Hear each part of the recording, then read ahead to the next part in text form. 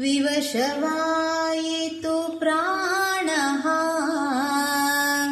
ಪರವಶವು ನಿನ್ನೀ ಚೇತನ ಇರುವುದೆಲ್ಲವ ಬಿಟ್ಟು ಇರದುದರೆಡೆಗೆ ತುಡಿಯುವುದೇ ಜೀವನ. ಯಾವ ಮೋಹನ ಮುರಳಿ ಕರೆಯಿತು ದೂರ ತೀರಕ್ಕೆ ನಿನ್ನನು, ಯಾವ ವೃಂದಾವನವು ಸೆಳೆಯಿತೋ ನಿನ್ನ ಮಣ್ಣಿನ ಕಣ್ಣನು.